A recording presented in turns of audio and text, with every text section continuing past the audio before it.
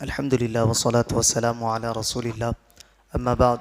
جیسا کہ پچھلے درس میں ہم نے سورۃ البقرہ کی آیت نمبر 104 اور 105 کی تلاوت، ترجمہ اور تفسیر سماعت کی، جس میں اللہ تبارک و تعالیٰ نے فرمایا کہ اے ایمان والو، جب میرے حبیب کی بارگاہ میں آؤ اور کچھ نہ سمجھ میں آئے تو راعینا کا لفظ استعمال مت کرو، اور اس کے بدلے میں یہ کہو کہ اے یا رسول اللہ صلی اللہ علیہ وسلم ہم پر نظر کرم فرمائیے، اور پہلے ہی بغور سنو کہ کافروں کے لیے دردناک عذاب ہے۔ اس کے بعد کی آیت میں اللہ نے فرمایا کہ اے مسلمانوں، نہ تو اہل کتاب چاہتے ہیں اور نہ ہی کافر چاہتے ہیں کہ تم پر اللہ کی طرف سے کوئی فضل اور کوئی بھلائی اتاری جائے، حالانکہ اللہ تبارک و تعالیٰ جسے چاہتا ہے اپنے فضل سے، اپنی رحمت سے خاص فرما لیتا ہے۔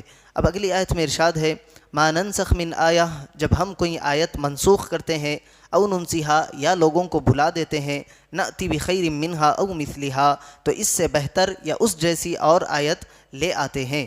الم تعلم ان اللہ علی کل شیء قدیر، کیا تمہیں معلوم نہیں کہ اللہ تبارک و تعالیٰ ہر چیز پر قادر ہے۔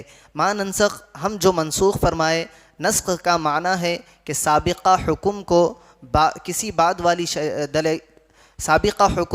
بعد والی دلیل شرعی سے اٹھا دینا، اور یہ حقیقت میں سابقہ حکم کی مدت کی انتہا کا بیان ہوتا ہے۔ اس آیت کا شان نزول یہ ہے کہ قرآن کریم نے گزشتہ شریعتوں اور کتابوں کو منسوخ فرما دیا تو کفار کو بڑی وحشت ہوئی اور انہوں نے اس پر اعتراضات کیے۔ منسوخ معنی کسی حکم کو روک دینا اور نیا حکم آگے کے لیے جاری کرنا، اس کے لیے روکنے کو منسوخ کہتے ہیں اور جاری کرنے کو ناسخ کہتے ہیں۔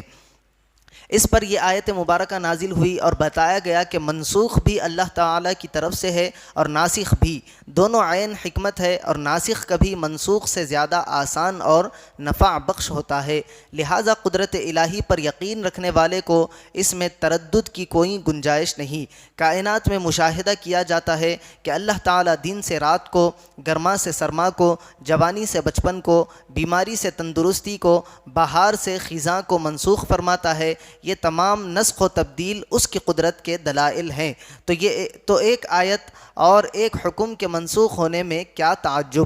نسخ حقیقت میں سابقہ حکم کی مدت کا بیان ہوتا ہے کہ وہ حکم اس مدت کے لیے تھا اور اب وہ مدت پوری ہو گئی، صرف یہ تھا کہ ہمیں وہ مدت معلوم نہ تھی، اور ناسخ کے آنے پر یہ مدت معلوم ہو گئی۔ کفار کا اعتراض تو جہالت و ناسمجھی کی وجہ سے تھا، لیکن اہل کتاب تو کسی بھی صورت یہ اعتراض نہیں کرنا چاہیے تھا، کیونکہ حضرت آدم علیہ السلام کی شریعت کے بہت سے احکام تو وہ بھی منسوخ مانتے ہیں، جیسے بہن بھائی کا آپس میں نکاح۔ یوں ہی یہودیوں سے پہلے ہفتے کے دن دنیاوی کام حرام نہ تھے، ان پر حرام ہوئے۔ نیز توریت میں حضرت نوح علیہ السلام کی امت کے لیے تمام جانور حلال تھے، جبکہ حضرت موسیٰ علیہ السلام پر بہت سے حرام کر دیے گئے۔ ان تمام چیزوں کے ہوتے ہوئے نسخ کا انکار کس طرح ممکن ہے؟ جس طرح کوئی آیت دوسری آیت سے منسوخ ہوتی ہے، اسی طرح حدیث متواتر سے بھی آیت منسوخ ہوتی ہے۔ کبھی صرف تلاوت منسوخ ہوتی ہے اور کبھی صرف حکم منسوخ ہوتا ہے۔ یہاں پر حکم کی بات کی جا رہی تھی، اب تلاوت کی بھی بات آتی ہے۔ آگے لکھتے ہیں کہ بیہقی شریف میں ہے کہ ایک انصاری صحابی رات کو تہجد کے لیے اٹھے اور سورہ فاتحہ کے بعد جو سورت ہمیشہ پڑھا کرتے تھے اس کو پڑھنا چاہا، لیکن وہ بالکل یاد نہ آئی اور سوائے بسم اللہ کے کچھ نہ پڑھ سکے۔ صبح کو دوسرے اصحاب کے ساتھ اس کا ذکر کیا تو ان حضرات نے فرمایا کہ ہمارا بھی یہی حال ہے، وہ سورت ہمیں بھی یاد تھی اور اب ہمارے حافظے میں نہ رہی۔ سب نے بارگاہ رسالت میں واقعہ عرض کیا تو حضور اکرم صلی اللہ علیہ وسلم نے فرمایا آج وہ رات سورت اٹھا لی گئی، اس کے حکم اور تلاوت دونوں منسوخ ہوئے، جن کاغذوں پر وہ لکھی گئی تھی ان پر بھی اس کا نقش باقی نہ رہا۔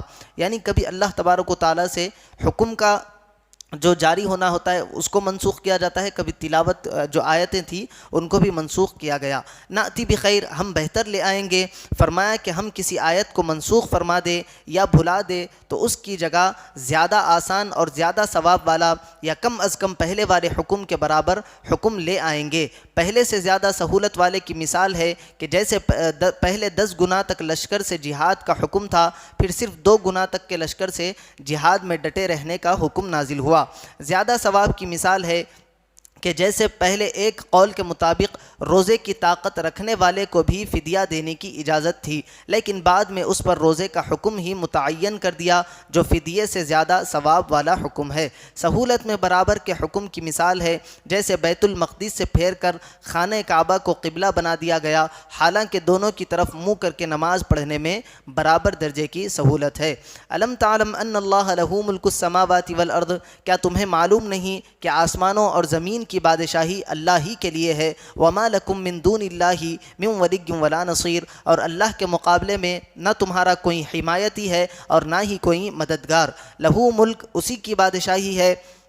اللہ تعالیٰ کو اختیار ہے کہ اپنے ملک میں، یعنی جو اس کی ملکیت ہے اس کے اندر میں آتا ہے، کیا ہے؟ ساری زمین، ساری دنیا اللہ تبارک و تعالیٰ کے ملکیت میں ہے۔ یہاں لکھتے ہیں کہ اللہ تعالیٰ کو اختیار ہے کہ اپنی ملک میں جو چاہے جب چاہے قانون جاری کرے۔ جب کائنات میں تبدیلی ہوتی رہتی ہے، دن جاتا ہے، رات آتی ہے، اور سارے جہان میں ہر طرح تبدیلی ہوتی رہتی ہے، تو شرعی قانون میں بھی تبدیلی ہو سکتی ہے، اور یہ تبدیلی مخلوق کی مصلحت کی وجہ سے ہے۔ یعنی یہ جو تبدیلیاں ہوتی ہے انسان ہی کی آسانی کے لیے ہوتی ہے۔ اللہ تبارک و تعالیٰ کا اس میں کوئی بھلا نہیں۔ اللہ کو کسی چیز کی حاجت ہے، نہ اللہ کو کسی چیز سے فرق پڑتا ہے۔ ساری دنیا مل کر اللہ کی عبادت کرے، اللہ کی شان میں کوئی بڑائی نہیں ہوگی۔ ساری دنیا مل کر اللہ کی نافرمانی کرے، اللہ کی شان میں کوئی کمی ہونے والی نہیں ہے۔ من دون اللہ، اللہ کے مقابلے، اللہ تعالیٰ کے مقابلے میں کوئی کسی کی مدد نہیں کر سکتا۔ ہاں، اللہ تعالیٰ کی اجازت اور اختیار دینے سے مدد ہو سکتی ہے۔ قرآن و حدیث میں اس کی کئی مثالیں موجود ہیں، جیسے حضرت عیسیٰ علیہ السلام بیماروں کو، کوڑھیوں کو اور نابیناؤں کو مدد کرتے ہوئے شفا دیتے تھے۔ فرشتوں نے غزوہ بدر اور غزوہ حنین میں مسلمانوں کی مدد کی۔ حضرت سلیمان علیہ السلام کے وزیر نے تخت بلقیس لا کر مدد کی۔ نبی اکرم صلی اللہ علیہ وسلم نے سینکڑوں مرتبہ صحابہ کرام رضی اللہ تعالیٰ عنہم کی کھانے پینے، بیماریوں اور پریشانیوں میں مدد کی۔ حضور غوث پاک رضی اللہ تعالیٰ عنہ اور اولیاء کرام رحمۃ اللہ تعالیٰ علیہم اجمعین کا مدد کرنا لاکھوں لوگوں کے تجربات اور تواتر سے ثابت ہے۔ یہاں پر مدد کرنے کے متعلق ایک اہم عقیدہ اچھا جان لینا چاہیے کہ کچھ لوگ ہم پر، اہل سنت والجماعت پر انگلی اٹھاتے ہیں کہ ہم انبیاء کو پکارتے ہیں مدد کے لیے یا اولیاء کو پکارتے ہیں۔ ہم پکارتے نہیں، ان کے توسل سے دعا کرتے ہیں۔ یاد رکھیں، ان بزرگان دین کا، اولیاء کرام کا وسیلہ دینا اللہ کی بارگاہ میں دعاؤں کی مقبولیت کی وجہ بنتی ہے۔ ہماری دعائیں جو ہے قبول نہیں ہو سکتی، اس کی گارنٹی نہیں ہے، لیکن ان پاک باز بندوں کا وسیلہ دینے سے اللہ تبارک و تعالیٰ جلدی دعاؤں کو قبول کرتا ہے۔ ہم پکارتے ہیں یا رسول اللہ، تو ہم رسول اللہ کو مدد کے لیے ایسا نہیں پکارتے کہ اللہ کے سوا رسول اللہ مدد کرنے والے ہیں۔ اللہ ہی کی دی ہوئی طاقت سے رسول اللہ مدد کرنے والے ہیں۔ اللہ چاہتا ہے تو رسول اللہ مدد کریں گے، اگر اللہ نہیں چاہتا تو اللہ کی ناراضگی کو رسول اللہ بھی موڑ لیتے نہیں ہے۔ یہ بات ذہن میں اچھی طرح بٹھا کر رکھنی چاہیے۔ اللہ تبارک و تعالیٰ سے دعا ہے کہ انہیں سننے سے زیادہ اعمال صالحہ کی توفیق عطا فرمائے۔